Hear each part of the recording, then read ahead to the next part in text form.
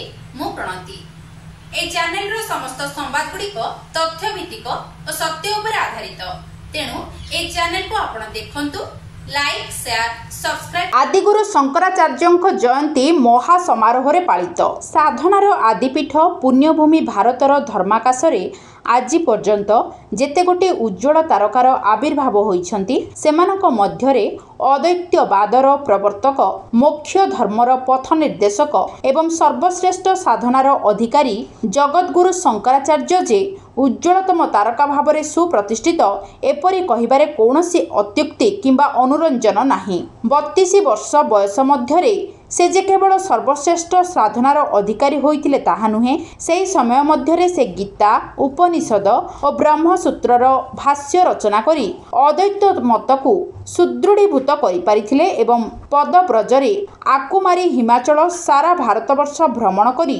और अद्वैत मतर विरोधी पक्ष को परास्त करी जगद्गुरु भावे सर्वश्रेष्ठ आसन लाभ करथिले। जेउ समय शंकराचार्यंकर आविर्भाव घटिथिला ताहा थिला धर्म जगत एक संकटर समय।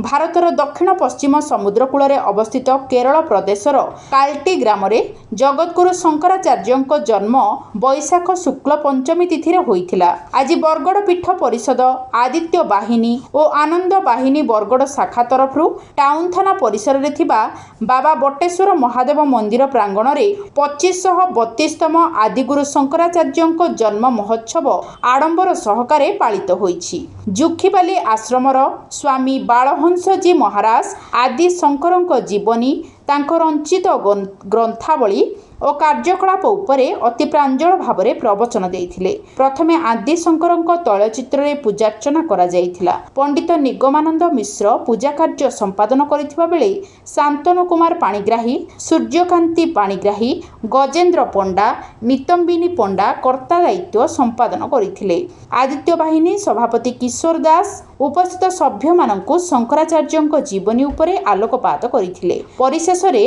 आरती पुष्पांजलि होई समस्त को प्रसाद बंटन करा जाइथिला।